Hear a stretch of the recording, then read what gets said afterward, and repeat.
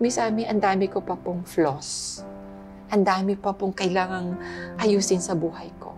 Pero itong mga flaws na to, itong mga bagay na kailangan pang ayusin sa buhay ko.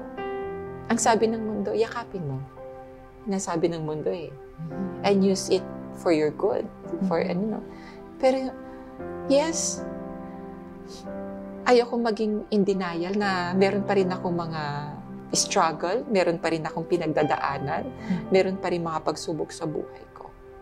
Pero napakasarap na habang pinagdadaanan mo to, sinusurrender mo to kay Lord. I am Mark Stephen Oblero, ang dating Super Sirena, but now, a faithful servant of Christ. Samahan niyo po kami sa aming episode dito po sa Finding Hope with Miss Ami. See you!